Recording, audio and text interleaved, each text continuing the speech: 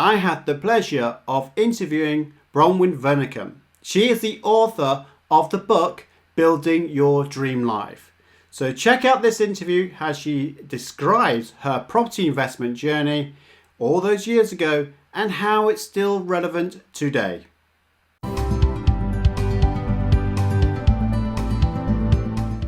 But this is another interview that I thought was worthy of putting onto YouTube, and it's from a property investor that is a client of Optimise Accountants, I'm privileged to say.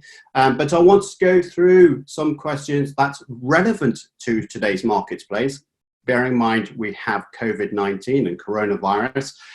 Where are we with property investing, and is it still worth it? So without further ado, would you say your name and the name of your company and brief description of what your company does? Of course. Hi, Simon. I'm Bronwen Vearncombe. I've got several companies, but my main company is Property Investing Foundation, which is an education program helping people learn about investing in property. But that's not the only thing I do, of course. I have a property business. I have 4 businesses. One's sort of HMOs, one's guest houses. So we'll talk about that in a minute because that's very relevant. And I have small developments, and I have my education business. So lots of different things built up over the last 5-6 years now. So that's an interesting one. So 5-6 years, you built up quite a healthy property investment portfolio, and you're working full time in it. What did you do before property, and why did you get into property investing? Well, it seems like only yesterday, but I was a career banker for 21 years with Lloyds Bank.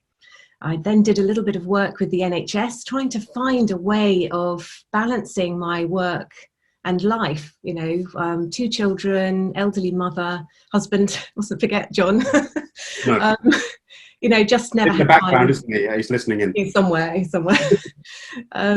Just trying to find a balance and trying to plan ahead to say, well, when are we going to do the stuff we really want to spend our time on, having adventures? John's really keen on sailing. I want to do more volunteering. And when I was told I couldn't take my pension until I was 67, I was like, oh no, I'm not going to sit on this commuting train day in, day out, looking at all my fellow sort of colleagues here stuck in their newspapers. I wanted to be out there doing stuff. So that was why I wanted to find a way to replace my corporate income and to have more freedom. That was a key. Yeah. And I think the word freedom is a good emphasis point, because that's exactly what property investing can provide to you.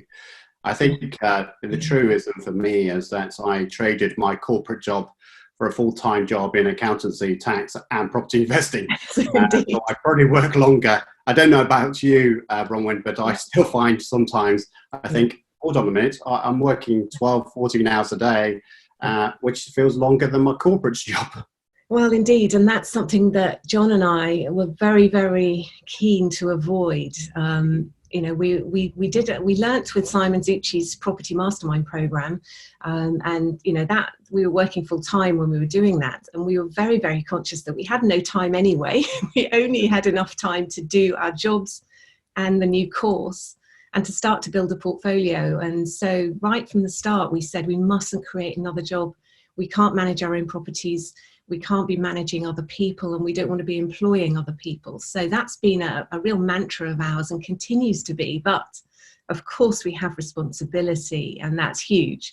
We have to make sure that our businesses run effectively, that the people who are working in them, not for us, but as sort of agents for us, that we manage them effectively and we support the overall business. So that's really, yeah, you're right. It does take up our time. I've had a planning meeting this morning, 2 hours, just planning what we're going to do and how we're going to adapt to the current situation. But it's been a great... Shortly, actually. Yeah.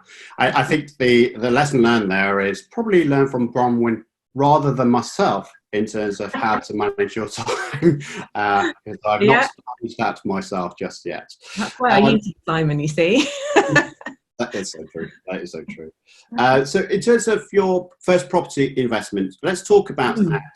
And in particular, what was that property? There was a flat in Winchester, a 2-bed maisonette above a shop. Bit of an impulse buy, I must admit. That was before we got our education. So very memorable to me, because that did change our whole way of thinking.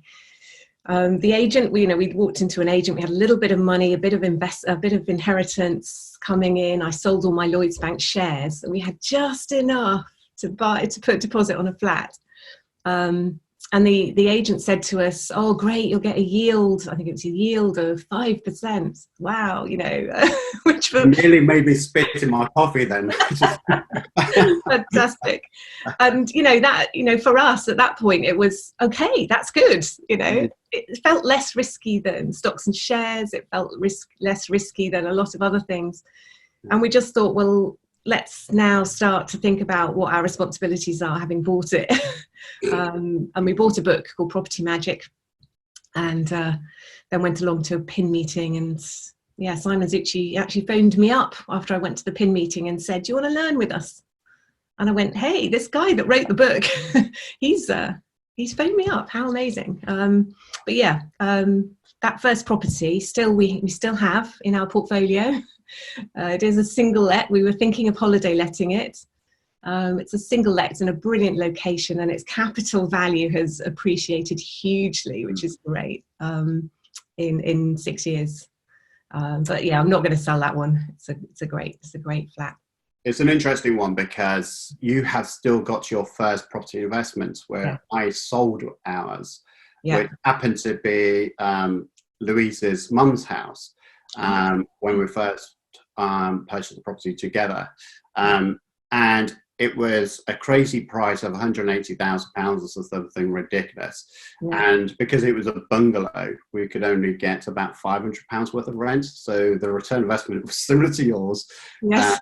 And it was crazy. We just thought, what are we doing with 5% return investment? And again, we was on the same course, obviously, with Simon Misiewicz, not on the same number course, obviously, but we were on Simon Misiewicz course where we learned a lot as well, and that's why I was spitting into my coffee, because I was just reminiscing of the complete mistake we had made before the investment itself. So that's an interesting one. And you obviously bought flats. Let's ask the question now: would you buy single let flats in the future? Actually, no, but this one is a ex-council flat, so it has a very long lease, and it's very easy to manage. I think in future, no, I haven't bought any more flats. I have created flats to sell from other properties, but I haven't purposely bought flats. That's really because of the control and the lease situation for the future. We started off with creating HMOs, houses of multiple occupation, because of the cash flow that those generate. That's what we did for the first couple of years. Really, that was our focus. So let's talk about the journey. So you obviously started with a single property, which is a single let property as a flat. Yeah. Moved into HMOs. Yes. And then now what do you do? So HMOs in Southampton and Portsmouth, that was our focus. We're based near Winchester. And the key for us was to generate much higher returns than the 5%. So we were getting double-digit returns. And each one that we did, we got a better return, and that's how you learn. But not an easy strategy, but you get the best education you can. And so we ended up with 7 HMOs, and really, as we were learning and looking at new opportunities, we tended to find bigger deals. So we found we kept talking to agents, and the one particular agent we built a really good rapport with. I kept going in and buying them donuts and asking them what have you got any unusual properties, any smelly properties, that sort of thing. And one day, they turned around and said, "Actually, we've got one. We have no clue how to value it. Do you want to come and see it with us?" So I did, and that was a property in Walnut Grove, which has been a case study in quite a few magazines so far. That was basically a very large house with a couple of flats on the end that had only partly been converted. Massive garden, over an acre, right in the middle of Southampton. and it was owned and it was rented out to somebody who was a hoarder. So it was floor to ceiling, clothes. It was amazing. Anyway, long story short, we did buy that. The agent protected us in buying that, which was wonderful. We negotiated really well, and we created 6 lovely flats out of that and kept the freeholds. And we then had the garden to do for the future. So yeah, that was in our first year of learning. So that was brilliant. That's a huge project to move from a single flat to that. What gave you the confidence to move from the single let flat to this particular development? I mean, I would be pretty scared moving from one thing straight into that. So I have to be honest. It's all about knowledge and education. Having people that we can use as a sounding board, a coach, a mentor. People like yourself, what are the tax implications? We used Bernie Wales as a leasehold expert. He created the leases for us. We used a commercial solicitor. Using experts, absolutely, and working with other people. So we did it as a joint venture with investors. So we had other people put lots of money into it. And then we did a JV with the people doing the conversion, who were experts at converting. So again, just use other people. Don't worry about saving money necessarily, but just make sure the numbers stack. We created a fantastic return on investment for those investors. We kept a flat. I've still got it now, actually, 2-bed flat, the show flat. And I think it sounds complicated, but one step at a time, it gave us massive confidence to then go forward and do bigger deals going on. Yeah. So the key things I'm hearing from you, Bronwen, is you had a good education to begin with.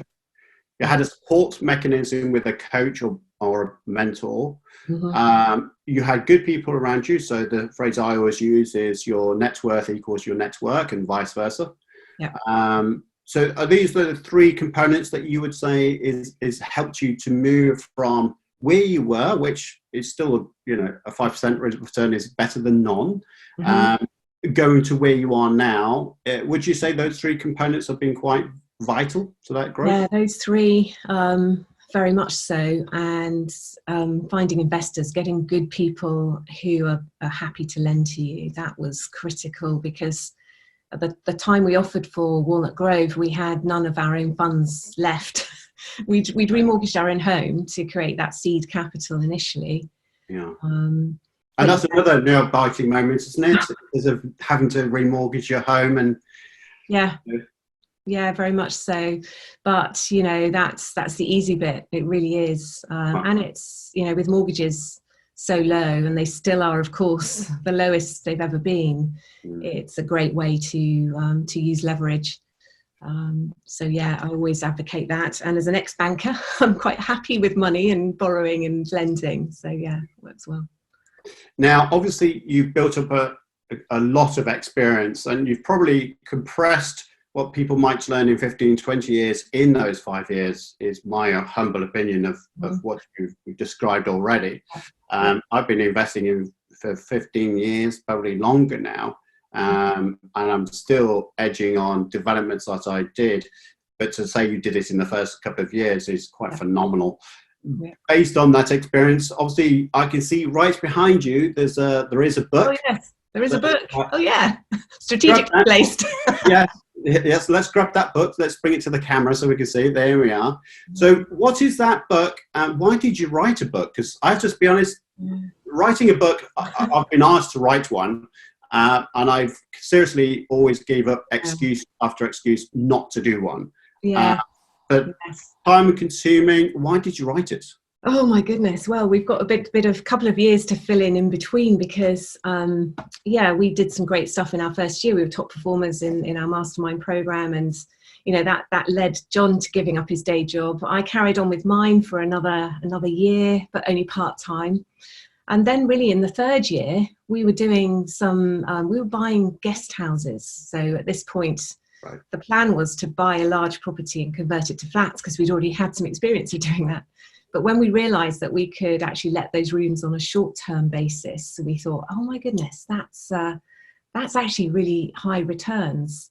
So we did a trading business, which is a guest house. So So we did that as our next venture, but we always had our eye on why were we doing this? What was our goal? What did we want to use our time to do? So when I gave up my job, I created a SaaS, I did all sorts of other things that year, but the key for us was when are we going to do our dream stuff? When are we going to do our adventures? And John was very keen on sailing, as I said. He wanted to cross an ocean in a yacht. Wow. And one of our managers of our HMOs, or our manager in Portsmouth, his girlfriend was just coming back. No, he was going out to see her in the Whitsundays in Australia. And we went, where are they? I'd never heard of them. And he said, oh, she's doing the Clipper round the world's yacht race, but just that leg, just that round Australia. So he was going out to see her. And John's eyes just lit up. So as soon as she got back, we had dinner with them, and she was telling him all about the round the world yacht race that's based in Gosport, not far from where we live. Right. And almost immediately, John was saying, I want to do that. So we went, okay, when's the next race? And at that point, it was like 18 months away, something like that. Nearly, probably a year or so. So again, long story short, it's all in the book. It's, okay, how can we plan to do that, so that John can do that? I didn't want to do it. But as a sailor himself, with all the training they would give him, he said, well, great, I'll sign up. He had to go for interviews and health checks, etc. And they said, yeah, you can do it with the training, but which leg do you want to do around the world? And that's when it became tricky, which bit of the world, which ocean did you want to cross? Wow. And it's in my book, actually. There's a map. I don't think you'll see it. Yes, we can. All the way around the world. We sat with the map, and he said, well, I quite like to do that one, maybe that one. I said, well, okay, do 2 or 3. And then I said to him, why don't you do all of it? And I was sort of a little bit in jest. But he said, well, why not? It's better value for money. £50,000 to do all of the legs. But also, if you sign up to do all of them, a lot of people give up halfway round, or they don't actually find they enjoy it. So it was, a big endurance thing for him. So he signed up. We knew the date of when that was going to be, which was July 2017. We had pretty much 12 months to A, raise the money, and B, get ready for him to leave for 12 months. And for me, it was, John was saying to me, well, look, if I'm going to do my adventure, why don't you come too? Why don't you do some of it, even all of it? And I'm like, I'm not sure our business is robust enough, but why don't we plan it? But the other thing for me was I love teaching. I love, inspiring other people. And so I created a program of learning, property investing learning. And I did that online. I did that through live webinars with some of my pioneers. And that went really, really well. I recorded them. I created an online business of education with Simon Misiewicz' blessing, by the way. I didn't do it without his knowledge. And that's worked really well, because when I traveled around the world, and I actually followed him from port to port and did my own adventures along the way, I had my headset with me, I had my laptop, I had Zoom just like this, and I'd be coaching people and helping people learn wherever I was in the world. Quite often they didn't know where I was. So that's an inspirational story, Bronwen. Talking about you both following your dreams, which sounds really fascinating and beautiful story. But like you said, you had a business back home. So how did that cope without you? Yeah. Well, as I said, we always made sure we had other people manage our properties. Right. And it's really about making sure that team is really robust. We did change a few people before we left. We were very, very clear that we needed people who have got the ability. And with Zoom and Skype and phone, it's very, very easy. You just have to work your time zones out. Yes. But I was ready to get on a plane. I could always have come back if I needed to. But I didn't. No, I didn't. I was very thoughtful, and we were in South Africa, and whenever John came back into port, sometimes it would be 6 weeks between the oceans, between ports. I would have a list of things that he needed to do. We would sign documents and have them couriered. We'd use a lot of signable things if we were talking to investors. We actually bought a property while we were out across the world. So, well, we leased one. So again, all the documentation had to be done. But it was just as if it didn't really matter. So, you know, no crises particularly. And I absolutely loved coaching people and using my time whilst John was on the high seas to actually create another income and enjoy teaching other people. So yeah, and that's what my book's all about, really. It's actually about how I started, but also how was it that we were able to do such a thing when a lot of people find themselves very busy in their day jobs. I mean, obviously you've got children and stuff. My kids now are 23 and 26, so I think that's right. Yeah. So they were pretty independent. So we didn't have to abandon them and things. But yeah, for us, it was, having done that, we came home, we decided that we quite enjoyed the adventure. We still were doing new deals. We were doing that handover development. So that's the 8 houses. We got those out of the ground before we then went back to Australia last year. And that's when I wrote the book, because John also wants to write a book. And I never thought I could. I really, honestly, it's just not something I'm very good at, sitting down and writing, even if it's on a laptop.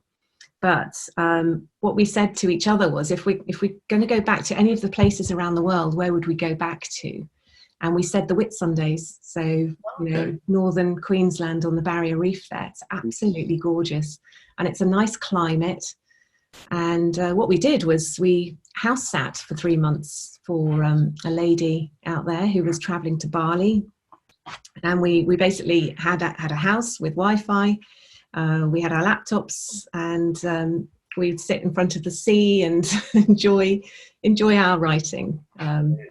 So how long did it take? Did it take you the 3 months? I mean, that sounds quite short for me. I mean, it would take me probably a decade, I think, to write a book.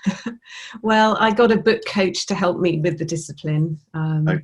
Because I'm, I like to do a bit of everything all the time. I'm not very good at focus. So I do need somebody to support me. So I did take on a book coach. I would have sessions with her once a week, and she would give me the homework, and she'd, make sure I did stuff, and we'd have a laugh, and that was good. But we were in Australia for 6 months. We went to Darwin, but in between this, we were obviously working. We weren't just writing books. We were working. So we bought a commercial property in Addleston we exchanged in August last year, and we came home in November to see that purchase through. So we were still doing our normal day-to-day jobs, and I was still coaching people. But so the book really is to accompany my program of learning as well as inspiring people that this is possible.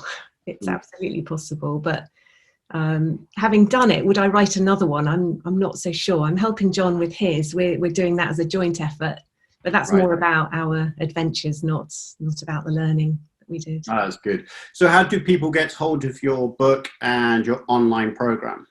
Yeah, well, the book's on Amazon. Right. So it's Building Your Dream Life. Easy to find. With a name like mine, it's very easy to find. I've just, because of the virus problems, I've reduced the ebook version to £1.99. So there you are. You can buy it. I'll give you a link as well, Simon. You can put it in the notes. Great. You can find it on ebook and get it instantly, which is great, because Amazon are taking quite a while to deliver now. So, okay. I guess the fact that people do have more time on their hands, I'll also share the online course as well, in terms of getting hold of that in the description. Property Investing Foundation, it is. Yeah, it's a modular course. Have a little look at the website. I've got lots of free stuff on the website as well. So just go and have a look, and you can see what my style is, really, style of teaching.